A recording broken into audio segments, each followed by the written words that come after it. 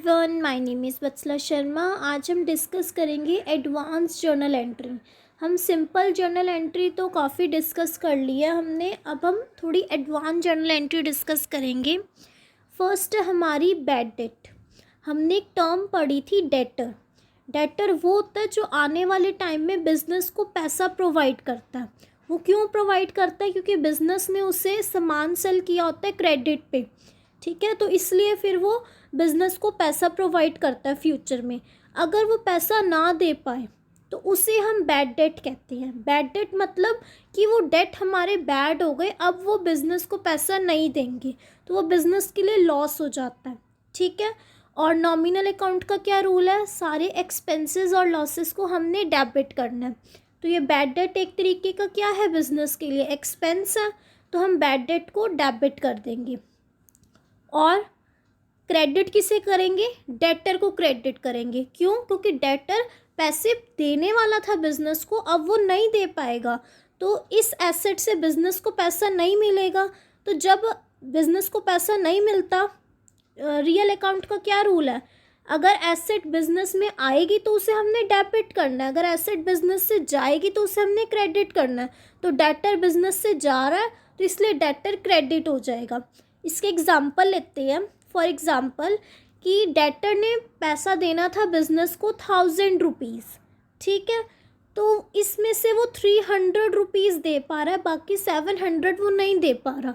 तो 300 तो हमारे कैश में चले जाएंगे, 700 हमारे बैड डेट में चले जाएंगे, और टोटल अमाउंट हमारी डेटर में 1000 चली जाएगी।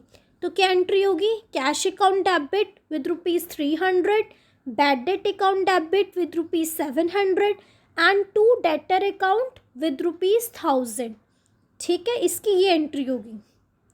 मैंने नेक्स्ट स्लाइड में करके दिखाई है, देखो। Cash account debit with ₹300, bad debt account debit 700 and to debtor account with ₹1000, ठीक है। क्योंकि डेटर ने हमें 1000 रुपीज़ देने थे, इसमें से वो 300 ही दे पा रहा है, बाकी 700 वो नहीं देगा। तो जो हमारे डेट बनता था 700 का वो अब नहीं दे पा रहा, तो हमारा बैड हो गया, तो ये बैड डेट में 700 चले गए, ठीक है। सेकंड एंट्री है हमारी बैड डेट रिकवर्ड अकाउंट। अब हो सकता है वो 700 ना दे पा रहा था, पहले 700 वो नहीं दे पा रहा था, अब इसमें से वो कुछ और भी दे पा रहा है, तभी यहाँ लिखे कि वो जो बैड डेट थे वो रिकवर्ड हो गए। अब हमने पहले जब एंट्री की थी तब हमने डेटर को डेबिट किया होगा, क्योंकि पहले बिजनेस को लग रहा था कि ये दे देगा, अब ये नहीं दे पा रहा, अब हमने इसे क्रेडिट कर दिया। हर अकाउंट के दो इफेक्ट होते हैं, एक डेबिट और क्रेडिट। एक बार हमने डेटर को डेबिट किया, दूसरी बार इसे क्रेडिट कर दिया। हमारे बुक्स ऑफ अकाउंट्स में डेटर अकाउंट अब ख़त्म हो चुका है, अब हम इसे दोबारा ओपन नहीं करेंगे, ठीक है। तो अब हम बैड डेट रिकवर्ड अकाउंट के नाम से लिखेंगे, नेम नहीं लिखेंगे डेटर का। क्यों? क्योंकि हमारे बुक्स ऑफ अकाउंट्स में उसका नेम अब ख़त्म हो चुका है। पहले हमने उसे डेबिट किया, अब हमने उसे क्रेडिट कर दिया, ख़त्म हो गया। तो अगर अब वो दोबारा दे पा रहा है बिजनेस को, तो अब हम बैड डेट रिकवर्ड अकाउंट के नेम से लिखेंगे। तो क्या एंट्री होगी? Cash account debit to bad debt recovered account, क्योंकि अब ये रिकवर हो गए हैं, पैसा आ रहा है बिजनेस में, ठीक है। तो ये एंट्री होगी cash account debit to bad debt recovered account, okay. Third entry है हमारी cash withdrawn for personal use. Cash निकाला गया पर्सनल यूज़ के लिए, बहुत बार एंट्री मैंने करवा रखी है आपको, वही drawing account debit to cash account. बहुत सिंपल है तो entry, drawing account debit to cash account. जब भी प्रोप्राइटर बिजनेसमैन अपने पर्सनल यूज़ के लिए कैश निकालता है, उसे हम ड्राइंग से इंडिकेट करते हैं। Fourth, goods taken by proprietor for personal use. पहले कैश निकाला था, अब गुड्स निकाल ली हैं, ड्राइंग से लिखी जाएगी। Drawing account debit to purchases account. इसमें एक मेन पॉइंट है, हमने जब गुड्स खरीदी होगी, जब बिज़नेस ने गुड्स खरीदी होगी, तो इन गुड्स पर बिज़नेस ने टैक्स पे किया होगा, CGST या SGST। अगर एक स्टेट से हुई होगी तो दो टैक्सेस पे किए होंगे, CGST और SGST। अगर डिफरेंट स्टेट से हुई होगी तो एक टैक्स पे किया होगा, दैट इज़ IGST, ठीक है। तो जब इन गुड्स को ख़रीदा होगा तब टैक्स भी पे किया होगा और तब टैक्स को डेबिट किया होगा। अब हम क्या कर रहे हैं, उन गुड्स को अपने वर्क के लिए पर्सनल यूज़ के लिए उन गुड्स का यूज़ कर रहे हैं। यही कर रहे हैं, सेल तो कर नहीं रहे। जब सेल कर रहे होते तब हम इन टैक्स को क्रेडिट करते, क्योंकि सेल करते वक्त हमें टैक्स मिलता है जिससे हम आईटीसी का बेनिफिट ले पाते हैं। तो अब हम आईटीसी का बेनिफिट नहीं ले पाएंगे, जिसे हम इनपुट टैक्स क्रेडिट बोलते हैं। अब नहीं ले पाएंगे तो अब हम टैक्स को कैसे ख़त्म करेंगे? पहले हमने डेबिट किया, अब हम क्या करेंगे, टैक्स को क्रेडिट करेंगे, तभी हमारा टैक्स बुक्स ऑफ अकाउंट से ख़त्म होगा। ठीक है, तो अब एंट्री क्या होगी हमारी, drawing account debit to purchases account to input CGST and to input SGST। ठीक है, ये एंट्री होगी हमारी, drawing account debit to purchases account to input CGST and to input SGST। हमने इस एग्जाम्पल में एज्यूम किया, हमने परचेज़ किया था 50 रुपीज़ की, गुड्स परचेज़ किए थे 50 रुपीज़ की, इस पे हमने दोनों पर टैक्स पे किया 1 रुपीज़ का, तो टोटल हमारी ड्राइंग्स मानी जाएंगी 52 रुपीज़ की। ठीक है, यहाँ पर टैक्स क्रेडिट क्यों हुआ, क्योंकि हमने टैक्स को ख़त्म करना था। जब हमने परचेज़ किया था तब हमने टैक्स को डेबिट किया था। जब हम गुड्स परचेज़ करते तो एंट्री क्या होती है, सिंपल एंट्री क्या होती है, purchase account debit to cash. अगर कैश में ख़रीदे तो कैश, अगर क्रेडिट में ख़रीदा तो नेम आ जाता है ना। तो जब हमने सामान ख़रीदा था तब हमने टैक्स को डेबिट किया था, purchase account debit input CGST account debit input SGST account debit to wholesaler, मतलब जिससे भी ख़रीदा होगा।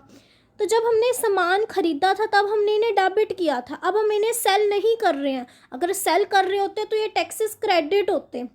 तो जब सेल नहीं कर रहे तो ये ख़त्म कैसे होगा टैक्स, ये टैक्स मतलब टैक्स का अकाउंट हमारे बुक्स ऑफ अकाउंट्स में।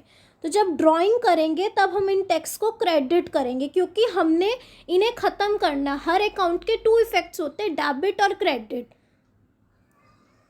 ओके, नेक्स्ट है गुड्स गिवन एज चैरिटी, कि हमने गुड्स दिए चैरिटी की फॉर्म में।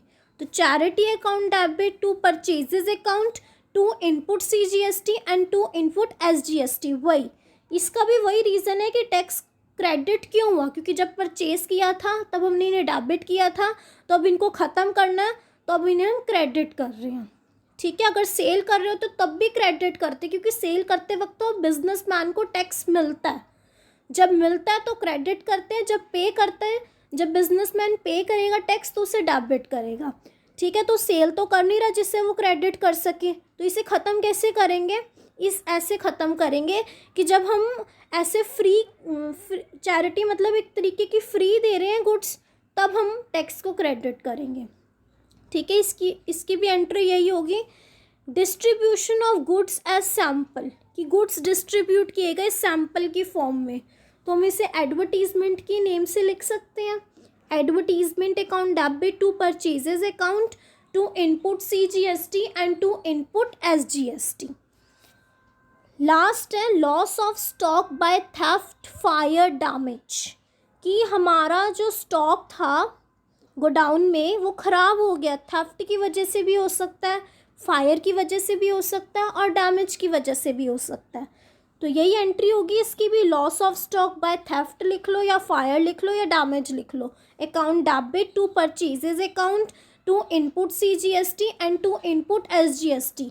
इस पर भी हमने टैक्स पे किया होगा और वो हमारा ख़राब हो गया, तो ये एंट्री होगी। देखो इन सब की ऐसी ही होगी, charity account debit to purchase account to input CGST to input SGST, advertisement account debit to purchase account to input CGST and to input SGST, loss by theft account debit to purchase account to input CGST and to input SGST। अब इसमें main point एक और है, कई businessman stock का insurance करा लेते हैं, तो जब नुकसान हुआ तो वो इंश्योरेंस कंपनी वालों को कॉल करेंगे, तो इंश्योरेंस कंपनी वालों को जितना लगता है उतना क्लेम पे करेंगी। अगर वो सारा क्लेम पे कर देती हैं तब तो हम इंश्योरेंस कंपनी अकाउंट डेबिट कर देंगे to purchases account and to input CGST and to input SGST। ठीक है, तब तो हम ऐसे कर देंगे। अगर इंश्योरेंस कंपनी वाले सारा पे नहीं करते, उन्हें जितना ठीक लगता है वो उतना पे करते हैं, बाकी रिमेनिंग अमाउंट वो नहीं पे करते, तो बाकी रिमेनिंग अमाउंट हम लॉस ऑफ स्टॉक के नाम से दिखाएंगे, और जितना उन्होंने पे कर दिया वो हम कैश के नेम से दिखा देंगे। तो अब एंट्री क्या होगी, cash account debit, loss of stock by theft, fire, damage, कुछ भी इन तीनों में से लिख लो, टू इंश्योरेंस कंपनी। ठीक है, तो इसकी ये एंट्री होगी। देखो फर्स्ट एंट्री तो हमारी ये है कि अगर इंश्योरेंस कंपनी वाले सारा पे कर देते हैं तब तो ये एंट्री होगी, insurance company account debit to purchase account to input CGST and to input SGST। ठीक है, तो अब हमने मान लिया कि हमने परचेज़ किया था 50 रुपीज़ का सामान, मतलब गुड्स 50 रुपीज़ की खरीदी थी, और इन पर टैक्स हमने इतना इतना पे किया था, 1 रुपी ईच, तो 52 रुपीज़ कंपनी वाले बिजनेस को पे करेंगे। ओके, अब हो सकता है कि जित कंपनी ने हमें 30 रुपीज़ ही पे करे हैं, बाकी 22 रुपीज़ हम अपनी पॉकेट से पे करेंगे, तो हमने लॉस बाय फायर लिख दिया, टू इंश्योरेंस कंपनी डेबिट कर दिया 52 से, क्योंकि कंपनी वालों ने इतना पे करना था जिसमें से उन्होंने 30 रुपीज़ ही पे किया। ओके, बस आज मैंने आपको इतना ही कराना था। आई होप आपको ये जर्नल एंट्री समझ आई होंगी। अगर आपको मेरा लेक्चर अच्छा लगा तो प्लीज़ मेरे इस चैनल को सब्सक्राइब कीजिए, लाइक कीजिए और शेयर कीजिए फ्रेंड्स के साथ।